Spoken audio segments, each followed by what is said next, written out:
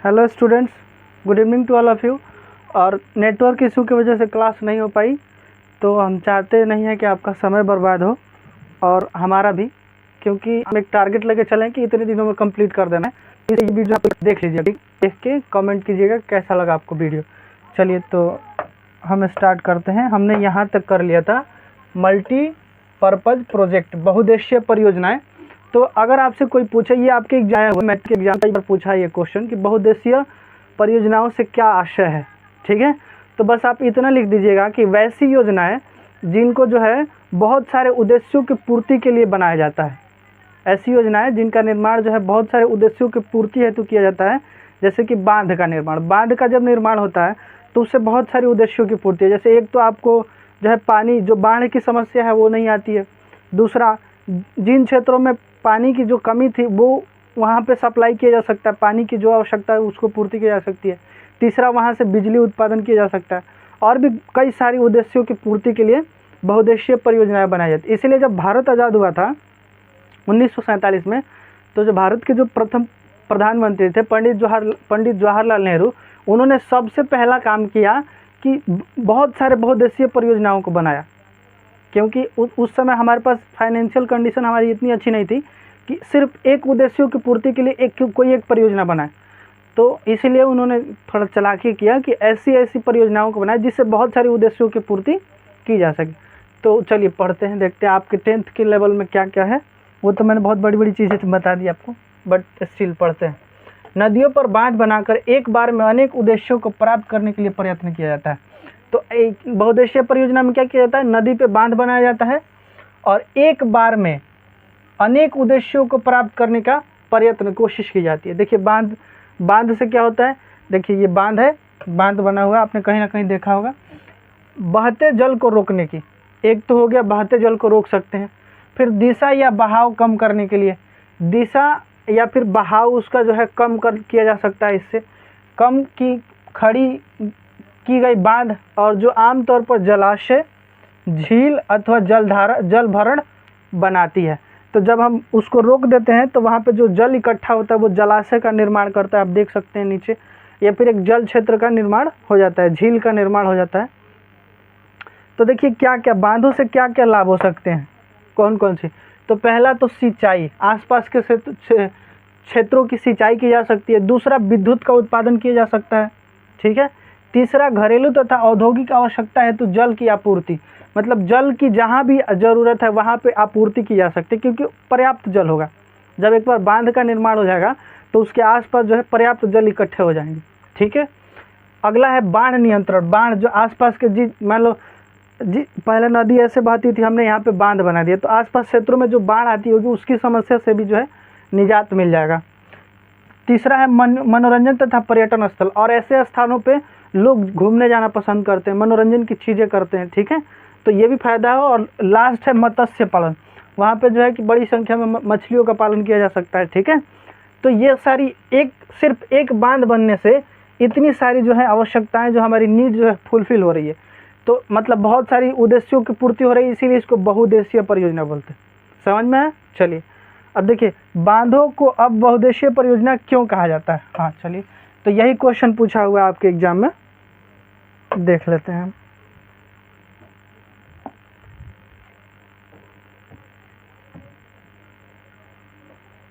हाँ ये क्वेश्चन था यहाँ पे, उसका आंसर यहाँ पे है, बांधों को जो है बहुउद्देशीय परियोजना क्यों कहा जाता है।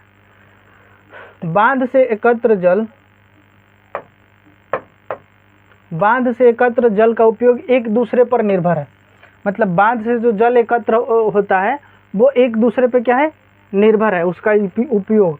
बांध का निर्माण बाढ़ नियंत्रण, सिंचाई, बिजली उत्पादन और वितरण के लिए किया जाता है। बांध का निर्माण किस लिए किया जाता है, तो एक तो हो गया सिंचाई के लिए, दूसरा बिजली उत्पादन, और जो जल का वितरण है मतलब किसको कितना जल देना है ये इसको भी सुनिश्चित करने के लिए किया जाता है। दूसरा अगला है कि जल, वनस्पति और मिट्टी के संरक्षण के लिए बांधों का निर्माण किया जाता है। किसके संरक्षण के लिए, तो जल बर्बाद ना हो, फिर वनस्पतियों का भी और मिट्टी का भी। जल जो है मिट्टी का कटाव करती है ना, तो इन सब का संरक्षण के लिए भी बांधों का निर्माण किया जाता है। और वनस्पति का क्यों, तो जहाँ पे आपके बांध होंगे उसके ऊपर वनस्पति लगा दिया जाता है ताकि बांध में कटाव ना हो। ठीक है, आगे देखिए, यह पर्यटन को बढ़ावा देने में भी मदद करता है। तो इन सब कारणों से इसको जो है बहुउद्देशीय बोला जाता है। ठीक है, चलिए आगे देखते हैं। हाँ देखिए, मैंने आपको बताया था ना, जो भारत के पहले प्रधानमंत्री बने थे जवाहरलाल नेहरू, उन्होंने सबसे पहला काम यही किया था कि बहुत सारे बहुउद्देशीय योजनाओं को उन्होंने बनाया था शुरू में। तो जवाहरलाल नेहरू ने बांधों को आधुनिक भारत का मंदिर क्यों कहा, और वो उनका मानना था कि जो बांधे हैं वो आधुनिक भारत का मंदिर है। क्योंकि मंदिर हम क्यों जाते हैं, मंदिर इसलिए जाते हैं ताकि हमारी कुछ नीड्स होती हैं, कुछ मतलब भगवान से मांगने जाते हैं, जो भी मतलब अपनी आवश्यकता की पूर्ति के लिए जाते हैं ना, अपनी ज़रूरत की समाधान के लिए। तो ये भी जो है बहुत सारे समस्याओं का समाधान करता था बांध। इसीलिए बांधों को जो है जवाहरलाल नेहरू ने क्या कहा है, आधुनिक भारत के मंदिर कहा है। क्यों कहा है, तो इसका आंसर भी यही है। एक बार देख लेते हैं इसको। चलिए आप लिख सकते हैं इसका आंसर, मैंने जो बताया है वही आंसर होगा। चलिए आंसर देख लेते हैं। आंसर ये है कि बांध से अनेक लाभ है। ठीक है, इसलिए उसको क्या कहा है, बहुउद्देशीय। ये विकास में योगदान करते हैं, इसलिए नेहरू जी ने इन्हें आधुनिक भारत का मंदिर कहा है। तो अगर आपसे कोई पूछे कि जवाहरलाल नेहरू ने बांधों को आधुनिक भारत का मंदिर क्यों कहा है, तो आप यही कहिएगा क्योंकि बांधों एक बांध के निर्माण से बहुत सारे उद्देश्यों की पूर्ति होती है, बहुत सारी जो है कि हमारी समस्याओं का समाधान हो जाता है। ठीक है, और वो जो है देश के विकास में योगदान करता है। इसीलिए जवाहरलाल नेहरू ने बांधों को जो है आधुनिक भारत का जो है मंदिर कहा है। बस सिंपल अपनी भाषा में लिख दीजिएगा। थोड़ा सा स्लाइड को और ऊपर करते हैं। चलिए, भारत में बहुउद्देशीय, एक मिनट, भारत में बहुउद्देशीय परियोजनाओं। तो स्वतंत्रता के बाद अनेक एकीकृत जल संसाधन प्रबंधन दृष्टिकोण के साथ लॉन्च किया गया। मैंने बताया था आपको, जैसे ही हम स्वतंत्र हुए, स्वतंत्रता के बाद एकदम जैसे ही स्वतंत्र हुए, तो उनके एकीकृत जल संसाधन प्रबंधन दृष्टिकोण के साथ लॉन्च किया गया। तो बहुत सारे जो है बहुउद्देशीय परियोजनाओं को लॉन्च किया गया। जवाहरलाल नेहरू ने बांधों को गर्व से आधुनिक भारत के मंदिर के रूप में घोषित किया। यह कृषि और ग्राम अर्थव्यवस्था के विकास को तेजी से औद्योगिकरण और शहरीकरण अर्थव्यवस्था के विकास के साथ एकीकृत करेगा। बांधों के निर्माण से क्या होगा, जो गांव है और खेती है, खेती और गांव दोनों जो है बहुत तेजी से विकास करेंगे। औद्योगिकरण भी तेज होगा, शहरीकरण भी तेज होगा। ठीक है, तो इसलिए इसको मंदिर कहा था आपके जवाहरलाल नेहरू ने। इस चैप्टर ने बहुत दिक्कत किया है हमें। 2 दिन तो लाइट नहीं रहा, आज लाइट था तो नेटवर्क नहीं है, इसलिए हम लोग रिकॉर्ड कर रहे हैं इसको। ठीक है, क्योंकि समय बर्बाद नहीं करना है, समय नहीं है अब अपने पास, बहुत कम समय है।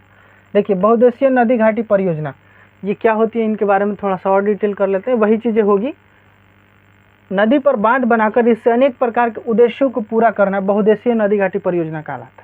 बस ये भी सवाल पूछा कि बहुउद्देशीय नदी परियोजना से आप क्या समझते हैं, तो बोल दीजिएगा बहुउद्देशीय, बहुत सारे उद्देश्यों के पूर्ति के लिए नदी पर जो बांध बनाया जाता है उसी को बहुउद्देशीय परियोजना कहते हैं। सिंपल। ठीक है, अब देखिए बहुउद्देशीय नदी घाटी परियोजना के उद्देश्य क्या है, तो एक तो हो गया जल विद्युत उत्पादन, सिंचाई और घरेलू औद्योगिक जल की आपूर्ति। बस वही है, बस नाम चेंज हो गया। ठीक है, तो डरना नहीं है आपको। चलिए आगे देखते हैं, थोड़ा इसको जूम कर लेता हूँ और मैं।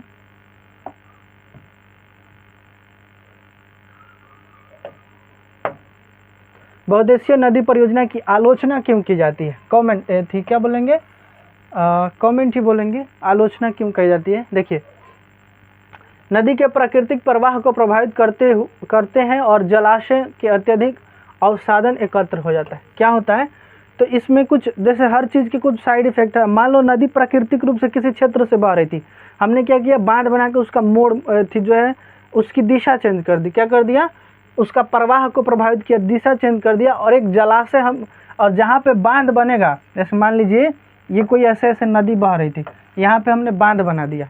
ठीक है, बहुत ऊंचा बांध बना, तो यहाँ पे जल इकट्ठा होगा ना, कुछ ना कुछ यहाँ पे जल इकट्ठा होगा, तो वो जलाशय का निर्माण करेगा। और ये जो जल होता है, जो इकट्ठा होता है, बहुत सारा अपने साथ सेडिमेंट लाता है, अवसाद लाता है, और यहाँ पे इकट्ठा हो जाता है। तो यहाँ की जो मिट्टी है इसके नीचे की, वो कठोर हो जाती है, चट्टान जैसी हो जाती है, पत्थर जैसी हो जाती है, जिससे जल जो है नीचे नहीं जाता है, भूमि के अंदर नहीं जाता है, वो अंदर नहीं जाता है रिस कर, ठीक है, यहीं पे इकट्ठा रहता है। तो ये एक समस्या है इसकी। ठीक है, आगे देखिए, नदी के जलीय जीवन की नकारात्मक तरीके से प्रभावित, तो नदी का जो जलीय जीवन है उसको प्रभावित करते हैं इस तरीके से। और देखिए, स्थानीय समुदाय का बड़े पैमाने पर विस्थापन। अब मान लीजिए ये कोई नदी जा रही थी, ठीक है, तो अब जो है मान लीजिए यहाँ पे कोई इधर कोई, ये तो सूखा पड़ गया ना, ये वाला एरिया, मान लो नदी इधर से जाती थी, ठीक है, हमने इसका जो है बांध बना दिया, तो बांध बना दिया तो इनको जल की आपूर्ति कम होगी, तो अब ये क्या करेंगे, विस्थापित होंगे, वो यहाँ इधर से आके इधर के साइड घर बनाएंगे अपना। ठीक है, मतलब पुराने घर को छोड़ के दूसरे जगह उनको शिफ्ट होना पड़ेगा। ठीक है, क्योंकि जल तो है, सबके बेसिक नीड है। तो ये क्या होता है, बहुत बड़ी मात्रा में क्या होता है, विस्थापन भी होता है बांध के निर्माण से। ठीक है, बाढ़ के मैदान पर बनाए गए जलाशय मौजूद वनस्पति को डुबा देंगी और एक समय के बाद मृदा का क्षरण करेंगी। तो कह रहा है कि बाढ़ के मैदान पर बनाए गए जलाशय से जो वनस्पति जो है मौजूद वहाँ पे डूब जाएंगी। मान लीजिए ये बना बांध, तो पहले पानी जाता था इस तरह, ये उसका तरीका था। अब चूंकि बांध बन गया तो ये अपना क्षेत्र फैलाएगा, अब पानी जो है ऐसे वैसे जाएगा, इधर भी इतना क्षेत्र, अब उसका जो क्षेत्र है वो बढ़ गया, तो इधर जो वनस्पति वगैरह होंगे, जो पेड़ वगैरह होंगे, सब डूब जाएंगे कि नहीं, डूब जाएंगे। और बाद में धीरे धीरे ये मृदा का क्षरण करेगा, फिर यहाँ पे जो मिट्टी होंगी इसके ऊपर फिर कटाव करेगा, फिर धीरे धीरे और फैलेगा, इस तरह इसका विस्तार होते जाएगा और आसपास की मिट्टी का कटाव होते जाएगा। ठीक है, तो ये इसके ड्रॉबैक है। आगे देखिए, अब चलते हैं इसको थोड़ा और हम आगे बढ़ते हैं। चलिए, नर्मदा बचाओ आंदोलन, यही भी इम्पोर्टेंट है। नर्मदा एक नदी का नाम है जो कि एमपी में पाई जाती है। ठीक है, चलिए देखते हैं। नर्मदा नदी पर सरदार सरोवर बांध निर्माण के विरोध में था। तो जब सरदार सरोवर बांध का निर्माण किया गया तो बहुत विरोध हुआ था नर्मदा नदी पे। ठीक है, आंदोलन गैर सरकारी संगठन द्वारा संचालित था, और ये जो आंदोलन हुआ था वो एक एनजीओ के द्वारा संचालित किया गया था। जनजातीय लोगों, किसानों, पर्यावरणविदों व मानवाधिकार कार्यकर्ताओं का सरदार सरोवर परियोजना के विरोध में लामबंद होना पड़ा। मतलब देखिए, जनजातीय लोगों ने विरोध किया था, किसानों ने, पर्यावरणविदों और मानवाधिकार के कार्यकर्ताओं ने, जब सरदार सरोवर बांध का निर्माण किया जा रहा था नर्मदा नदी पे, तो इसका मतलब जोरदार विरोध किया था। ठीक है, क्योंकि उनको पता था, ठीक है, कि दिक्कत होगी। आरंभ में यह आंदोलन जंगलों के बांध के पानी में डूबने के मुद्दे पर केंद्रित था। तो क्यों था, तो इनका मानना था कि जंगलों के जो बांध है, जंगलों के बांध के पानी में डूबने का, जो जंगल में बांध है, जंगल में भी बांध होंगे अपने हिसाब से बनाए होंगे, तो उसके डूबने का डर था। मान लीजिए ये नदी बह रही है, कोई इधर जंगल है, इधर कोई जंगल है, इधर कोई जंगल है, हमने यहाँ पे बांध बना दिया बहुत चौड़ा। अब नदी जो है फैलाव करेगी, अपना अपना फैलाव करेगी। पहले यहाँ से बहती थी, अब वो ये इधर से काटेगी, तो इधर जो बांध होंगे या फिर नदी की जो संपदा, जंगल की जो संपदा होगी वो तो डूब जाएगी ना। तो ये है, तो इसके कुछ बहुत सारे बेनिफिट्स भी हैं लेकिन नुकसान भी हैं। ठीक है, चलिए आगे देख लेते हैं। बस बहुत छोटा सा चैप्टर है, हम लोग ख़त्म कर लेंगे इसको। और फिर जो आंदोलन था, पहले तो उनका उद्देश्य था कि जो जंगल में जो बांध है वो डूब जाएंगे, फिर इसका उद्देश्य बदल गया, फिर क्या हो गया, इसका लक्ष्य हो गया, फिर इसका लक्ष्य, बाद में इसका लक्ष्य विस्थापितों को पुनर्वास करना होगा। मतलब जो लोग यहाँ से विस्थापित होंगे उनको पुनर्वास कौन देगा, घर चाहिए ना उनको। जैसे बिहार में हर साल बाढ़ आता है तो आपने सुना होगा, सरकार जो है राहत, बहुत हर कोई जाता है उन लोगों के लिए खाना लेकर, राहत सामग्री टीम आती है एक पूरा उन लोगों के प्रोटेक्शन के लिए। ठीक है, और उनको जो है सड़क पे बसाया जाता है, मतलब ऊंचे स्थानों पे ले जाया जाता है कुछ दिनों के लिए। जैसे ही पानी उतरता है फिर वो अपने पुराने घरों में चले जाते हैं। अब देखिए, भूमिगत जल क्या होता है, तो इसको इंग्लिश में बोलते हैं अंडरग्राउंड वाटर। ठीक है, तो देख लेते हैं अंडरग्राउंड वाटर क्या होता है। तो वही जो आप कल से निकाल के पीते हैं ना, वही है। तो भूमिगत जल, अंडरग्राउंड वाटर, मृदा के नीचे बिछे हुए शैल, आस्तरण छिद्रों और परतों में एकत्र होने वाला जल। तो मिट्टी के अंदर जो जब जैसे बारिश होती है या फिर हम पानी गिराते हैं तो वो नीचे जाती है ना रिस के, वो धीरे धीरे जाके कहाँ पे इकट्ठा हो जाती है। तो जो नीचे जो सेल है, सेल मतलब होता है चट्टाने हैं, उसके उसमें जाके इकट्ठा हो जाती है। फिर जब हम उसको पंप से निकालते हैं तो वो बाहर भी एक जो है लेयर बना लेती है अपनी, ठीक है, उसी को बोलते हैं भूमिगत जल। और ये चलिए अब ये होता कैसे है, तो वर्षा जल का जब संग्रहण हम करते हैं, मतलब वर्षा होती है उसके जल को कहीं इकट्ठा करते हैं नदी तालाब में, तो वो जो जल है धीरे धीरे ज़मीन के अंदर रिस कर जाता है, ठीक है। तो ये भूमिगत जल जो है एक तरह से कह सकते हैं वर्षा जल का संग्रहण है। वर्षा जल को जब इकट्ठा किया जाता है वो ज़मीन के अंदर जाता है तो उसी से बनता है भूमिगत जल।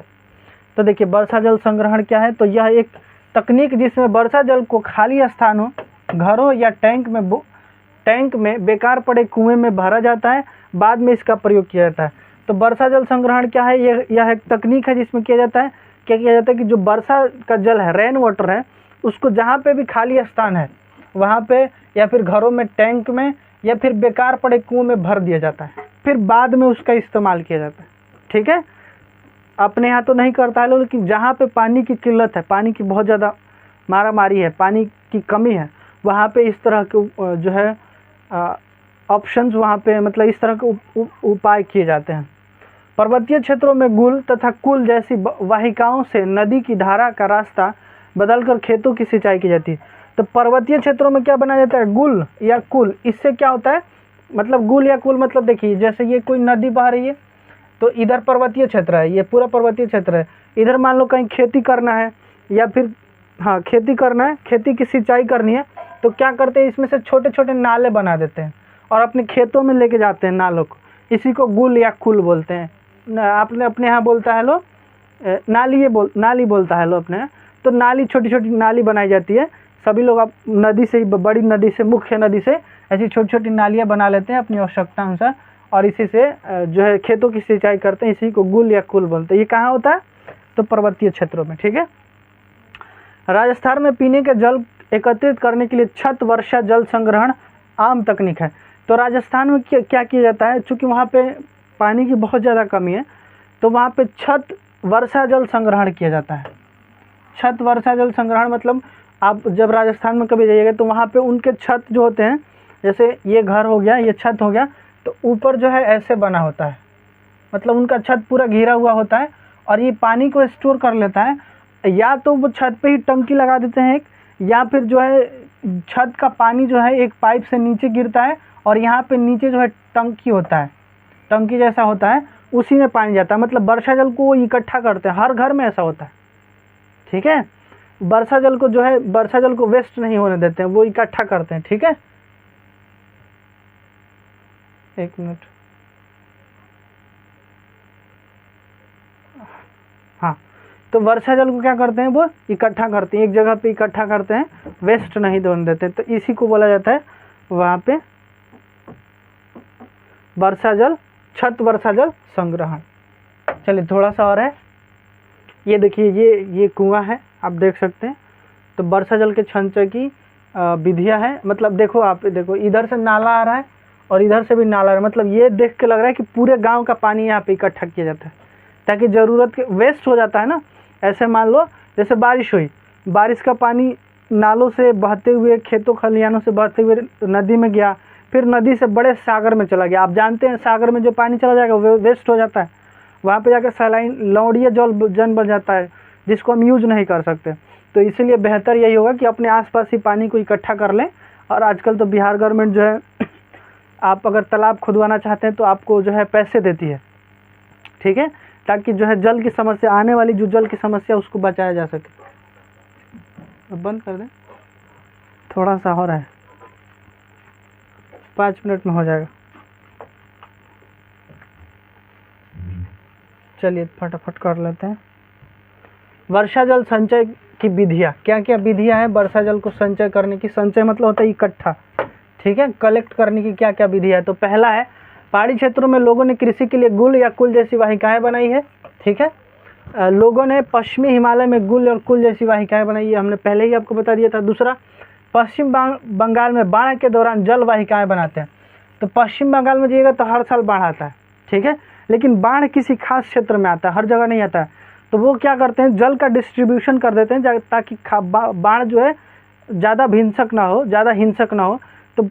तो नालिकाएँ बना देते हैं, नालिका निकाल देते हैं कि पानी इधर भी चल जाएगा, पूरे सिटी में फैल जाएगा, जिससे जो है एक जगह ज़्यादा बाढ़ नहीं आ पाए। ठीक है, आगे देखिए, राजस्थान के शुष्क और अर्ध शुष्क क्षेत्रों में कृषि क्षेत्रों को बरसाती भंडारण संरचनाओं में परिवर्तित किया जाता है। तो राजस्थान के जो शुष्क और अर्ध शुष्क क्षेत्र हैं वहाँ पे बरसाती भंडारण संरचनाओं में परिवर्तन, मतलब जब बरसात होता है तो वहाँ पे भंडारण की सुविधा, जैसे मैंने आपको बताया छत जल संग्रहण। ये आगे देखिए, शुष्क तथा अर्ध शुष्क क्षेत्रों में वर्षा के जल एकत्रित करने के लिए गड्ढों का निर्माण किया जाता है, मतलब गड्ढे बना दिए जाते हैं जगह जगह की, बारिश होगा तो उसी में रहेगा पानी। ठीक है, फिर धीरे धीरे नीचे चल जाएगा, जिसको हम पंप से निकाल लेंगे। नीचे चल जाएगा तो वेस्ट नहीं होगा। ठीक है, अगला देखिए, छत जल संग्रहण, ये तो मैंने बताया ही आपको। बीकानेर, फलौदी और बाड़मेर में पीने हेतु भूमिगत टैंक या टांका। तो बीकानेर, फलौदी और बाड़मेर ये सब राजस्थान में पड़ते हैं। यहाँ पे पीने हेतु भूमिगत टैंक या टांका, मतलब भूमि में जो है टैंक बना दिया जाता है ज़मीन के अंदर। ठीक है, और पूरे आसपास का पानी वहीं पे इकट्ठा होता है, फिर उसी में बोर कर दिया जाता है, उसी से पानी निकाल के पिया जाता है। ठीक है, आगे देखिए, मेघालय में बांस की ड्रिप सिंचाई, बांस की ड्रिप सिंचाई प्रणाली। मेघालय में सबसे ज़्यादा बारिश होती है, आपने सुना होगा, वहीं पे है चेरापूंजी और मौसिनराम। तो वहाँ पे सबसे ज़्यादा बारिश होती है, लेकिन फिर भी वहाँ पानी की दिक्कत है। पानी की दिक्कत इसलिए कि वो पहाड़ी क्षेत्र है, बारिश होता है तो पानी रुकता नहीं है, कहीं और चला जाता है। पहाड़ी क्षेत्र है, जैसे हम लोगों का तो बारिश होता है पानी लग जाता है ना, वहाँ पर नहीं लगता है। तो वहाँ पे क्या किया जाता है, बांस से ड्रिप सिंचाई की जाती है। मतलब जब बारिश होता है तो बांस के फट्टे बना देते हैं वो लोग, और उसको खेतों में ले जाते हैं और उसी से पानी जाता है। आप लोग कभी जाइएगा तो घूमिएगा, बहुत अच्छा देखने में लगेगा। तो ये तकनीक वहाँ पे अपनाई जाती है। आगे देखिए, ताजे जल के स्रोत, इसको आज खत्म, कब क्लास है रोहित सर का टाइम हो गया है, तो आज रहने देते हैं। ठीक है, कल ही कर लेंगे क्योंकि क्लास है। तो I think we should wind up the class, हमें क्लास को वाइंड अप कर देना चाहिए।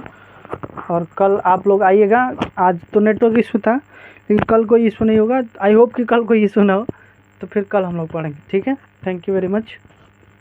वीडियो को ज़रूर देखिएगा और कमेंट करिएगा कैसा लगा आप लोगों को क्लास। ठीक है।